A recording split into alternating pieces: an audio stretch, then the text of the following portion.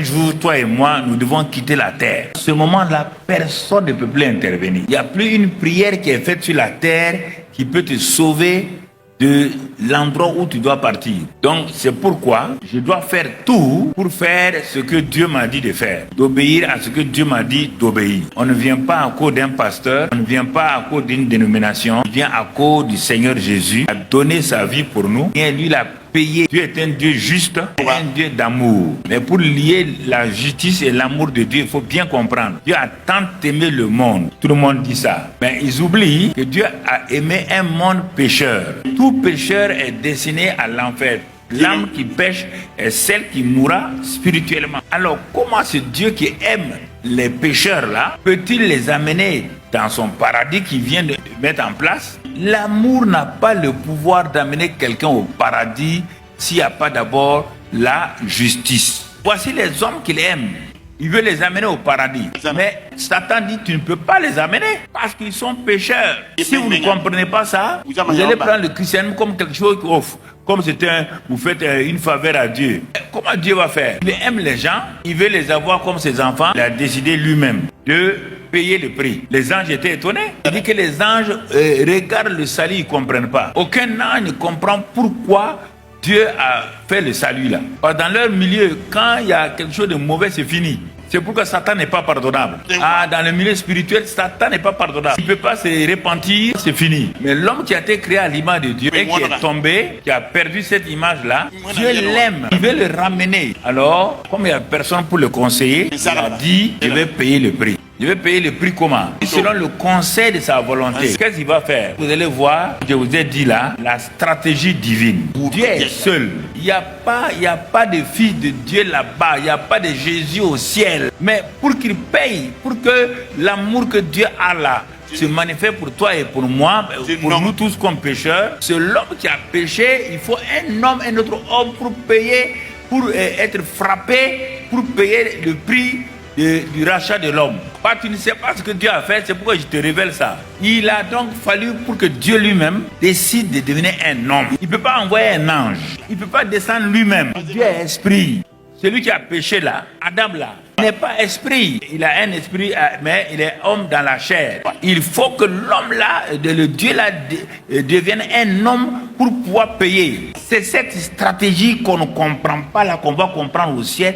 Comment un Dieu esprit peut devenir un homme et en gardant l'esprit et en prenant une forme de chair. C'est ce qu'on va appeler l'incarnation. De Jésus au ciel, puisqu'il quand il a envoyé l'ange dire à Joseph et à Marie, il dit, celui qui va venir là, donc ce sera Dieu qui sera fait chair et son nom sera Jésus. Quand il est venu, il a marché comme un homme. Il était fils de l'homme. Quand tu le pinces, il sent ça. C'est pourquoi il avait faim. Dieu n'a jamais faim. Mais cet homme, la fille de l'homme là, se fatiguait. Tout ce que tu as subi, il a subi ça. On le frappait, il sentait la douleur. On l'insultait, il sentait les mêmes douleurs comme toi quand on t'insulte. Tout ce que tu sens là, il a senti tout ça pour comprendre qu'est-ce que l'homme sur la terre. La seule chose, c'est le péché qu'il n'a jamais commis. Toutes les tentations que tu as là, il a été tenté. Tenté par les femmes. Faut pas avoir peur ça. S'il n'a pas été tenté par les femmes, comment il va te dire? C'est écrit dans la Bible. Quand on dit ça, certains sont tellement religieux qui pensent avant, Jésus a été tenté. Mais c'est écrit dans la Bible. Il a été tenté, c'est pourquoi il peut te sortir n'importe quelle tentation. Maintenant, il y a deux choses qui vont être difficiles pour lui. Il n'a jamais commis de péché et ce Dieu qui est là-haut là et qui s'est fait homme là, tu comprends? C'est ça. Il faut comprendre Dieu. Toi, avec ta tête là, tu ne comprends pas comment Dieu peut devenir homme. Le voilà maintenant où le temps va arriver où il doit faire ce qu'il a été envoyé pour faire. Il a reçu la direction divine. C'est le premier qui a reçu la direction divine et qui va l'accomplir parfaitement pour le salut des hommes. Il n'y a pas une deuxième personne. Le voilà maintenant au jardin de Gethsémane. L'endroit de décision. L'endroit de décision. Dieu qui est devenu chair. Maintenant, il faut qu'il réponde tant qu'homme à cette décision. Son combat spirituel le plus dangereux, c'est pas le désert. Le désert était facile parce qu'il était rempli du Saint-Esprit pour faire le ministère. dans le désert, c'est sa volonté. Il doit prendre et soumettre ça au Père. La Bible dit dans Hébreu, en descendant, il a dit, je viens pour faire, oh Dieu, je viens pour faire ta volonté. Il y a deux aspects de la volonté qu'il est venu faire. Dans Jean 6, versets 33 à 38, il a dit, je suis descendu pour faire la volonté, donc faire les œuvres de Dieu. Ça, c'est le premier aspect. Deuxième aspect de la volonté, manifester la justice de Dieu. S'il n'y a pas de justice de Dieu, l'amour ne peut pas se manifester. L'âme qui pêche doit mourir. Il faut que quelqu'un paye le prix. Aucun homme ne peut payer. Aucun ange ne peut payer. Personne ne peut payer. Dieu même s'est arrêté pour être victime expiatoire. C'est ça qui fait que j'ai la crainte de Dieu. Regarde-le à Gethsémane. Il a dit, j'ai besoin de 2 amis pour me soutenir. Au moins 2 personnes qui vont me soutenir. La première fois qu'on voit Jésus en train de crier, Jésus est en train de demander du secours et que personne ne le regarde. Quand il est arrivé à Gethsémane, les pierres et les gens qui l'ont accompagné ne pouvaient pas résister parce que c'est là-bas qu'il doit donner sa volonté pour devenir péché. Satan a fait entourer tout l'entourage de Gethsémane par ses esprits pour amener donc la pression sur Jésus. Mais vous avez vu, le Père n'était pas là, à côté. Les anges étaient loin. Et les anges n'avaient pas le droit de venir aider Jésus. Il y a 2 endroits où Jésus était seul. Gethsémane. Il a dit, Père, pour la première fois, Jésus tremble. Si tu peux éloigner de moi cette coupe, le ciel est silencieux. Le ciel ne répond pas. Tu as dit, quand tu devais devenir homme, tu as dit, regardez comment Dieu parle à Dieu. Mais le Dieu esprit parle à l'homme, le fils de l'homme. Il a continué à crier. Il s'est levé pour aller voir ses 2 amis intercédeurs. Il est parti les trouver une première fois en train de dormir. Réveillez-vous. La chair est faible, mais l'esprit est fort. 2 fois ils sont partis, ils ont dormi. Ils ne pouvaient pas résister devant Satan à cause du péché qui est en eux. Mais Jésus résistait à cause du fait qu'il n'a pas de péché en lui. Mais à un moment donné, la pression était forte. Il dit, oh Père, ta volonté, mais pas ma volonté. Je vais faire ta volonté. Le Père dit, ah bon, ok. Quand il a dit ça, Satan, je t'amène dans le jardin. Tu ne vois pas des choses que tu ne comprends pas. Tu ne peux pas comprendre parce que tu ne vois pas ces choses-là. Quand je parle, les gens mais tu as vu ça, mais je t'amène dans le jardin. Quand il a dit ta volonté, parce que Satan sait que s'il arrive à maintenir sa volonté, c'est lui qui a problème. Satan a fait quoi? Il a fait pression. Maintenant, Jésus ne dit pas seulement éloigne ta coupe là. La sueur a commencé à devenir comme ça. Regarde-le, c'est à cause de toi. Un innocent. Vous voulez seulement des directeurs généraux, des milliards, vous voulez des maisons, quelqu'un en train de... sa sueur, tout est devenu du sang. C'est le sang qui coulait. À cause de toi et moi. Et toi, tu joues avec ça. Le gars est seul. Le père ne regarde pas. À la fin, il dit, bon, si cette coupe-là ne peut pas s'éloigner, je vais la prendre. Dès qu'il a accepté la coupe, plus comment il est devenu fort. Il a dit aux gens, levez-vous, c'est fini. Allons-y.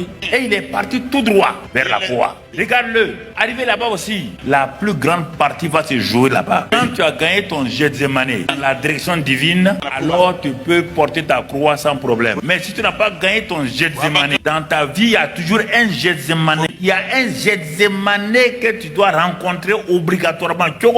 C'est là où ta volonté est parfaitement, où tu la soumets à Dieu. Pas d'intérêt. Et c'est là où beaucoup de chrétiens, les pasteurs n'arrivent pas. Ils jouent avec ça. C'est pourquoi pour avoir des récompenses, ils n'auront pas de récompense au ciel. Regarde la croix, ce qu'elle représente. Pour toi, c'est le salut. Pour lui, c'est pas le salut. Quand il a été crucifié, qu'est-ce va devenir? Qu'est-ce va se passer? Maintenant, un événement que toi, tu ne connais pas sur la croix, que tu ne peux pas savoir ce que c'est. Sous le regard du ciel, le regard du Père, des anges, qu'est-ce qu'on voit? Le chef qui est crucifié là, les anges n'ont pas le pouvoir d'aller vers lui parce que quelque chose se passe. Il n'est plus le saint là. Il n'est plus celui que les anges se pliaient devant lui. Brusquement, aux yeux des anges et du ciel, Jésus devient péché. Pas pécheur, hein? Plus que ça. Ce que Dieu est. Il est en train de payer le prix. Et c'est pourquoi Jésus même est conscient maintenant qu'il est en train de changer. Lui qui était donc la pureté et tout, il devient péché. Et pourquoi cette fameuse phrase est sortie? Les gens ne savent pas pourquoi il a dit cette phrase-là. Cette phrase, on ne sait pas pourquoi il a dit ça. Et si tu ne comprends pas ce que je te dis là, il a dit quoi? Mon Dieu. Il n'a pas dit papa. C'est la première fois où Jésus dit, mon Dieu, pourquoi tu m'as abandonné? Seul Les anges ont donné d'eau. Papa, mon Dieu, a fermé le ciel. Plus personne ne les regarde. Les femmes frappent leur poitrine. Les maris frappent leur poitrine. Les sacrificateurs et les scribes l'accusent. Les Romains l'insultent. Il est seul. Seul sur la terre. Il est seul. Seul pour toi. Seul pour toi. Et tu joues avec lui. Seul. Seul. Pourquoi? Mon Dieu. Il ne peut pas dire Père. Dieu ne peut pas être le Père du péché. Jamais. Il est descendu plus que toi. Toi, tu es pécheur. Il est péché. Tu es supérieur à lui. Il est descendu dans les profondeurs. Profondeur. Et toi, tu joues avec ça. Tu veux ça. Tu veux ça. Tu méprises ce que Dieu est. Un petit problème seulement. Il fallait prier pour moi. Il fallait gêner pour moi. Tu as oublié ce que son fils est devenu. Quand il a dit mon Dieu, il dit maintenant, tout est. Il baissait la tête. Il a mis son esprit. Qu'est-ce qui s'est passé? La création a dit, ah bon? Le centenaire romain dit, celui-ci était vraiment le Fils de Dieu. Brusquement, qu'est-ce qui se passe? Les tombeaux des saints s'ouvrent à Jérusalem. Et les gens de Jérusalem voient les saints là, sortis des tombeaux, rentrer dans la ville, traverser la ville, ils sont allés. En ce temps, il y avait un homme à côté de Jésus, qu'on appelle le voleur de droite. Le seul qui a pu reconnaître cet instant-là. Il dit, Seigneur, je sais qui tu es. Tu vas revenir. Souviens-toi de moi. Jésus lui dit aujourd'hui même. Il n'a pas dit que tu seras au paradis aujourd'hui. Je déclare aujourd'hui que ce que j'ai accompli pour toi est là. Je vous pose la question. Quand tu comprends ça, l'œuvre de la croix là, toi tu vas jouer avec Dieu parce que les gens t'insultent, tu ne vas pas pardonner. Regarde-le. Il est seul. Même si tu étais seul sur la terre, c'était pour toi qu'il mourrait. Petit pardon que tu dois donner à quelqu'un, réconciliation que tu dois donner à quelqu'un, et il te faut souffrir comme ça pour pardonner, il te faut souffrir pour aimer quelqu'un, et tu veux, malgré ça, rentrer au paradis. Toi, tu vas rentrer au paradis, parce que tu refuses de pardonner et d'aimer les gens. Tu vas rentrer au paradis. Donc, tu n'as pas pris au sérieux ce que son fils a fait. Tu es fou, tu es insensé, tu es un fou, tu es folle. Toi, tu vas rentrer au paradis. Regarde le prix qu'il a payé. C'est ça l'amour de Dieu. Tu comprends? Que Dieu te bénisse.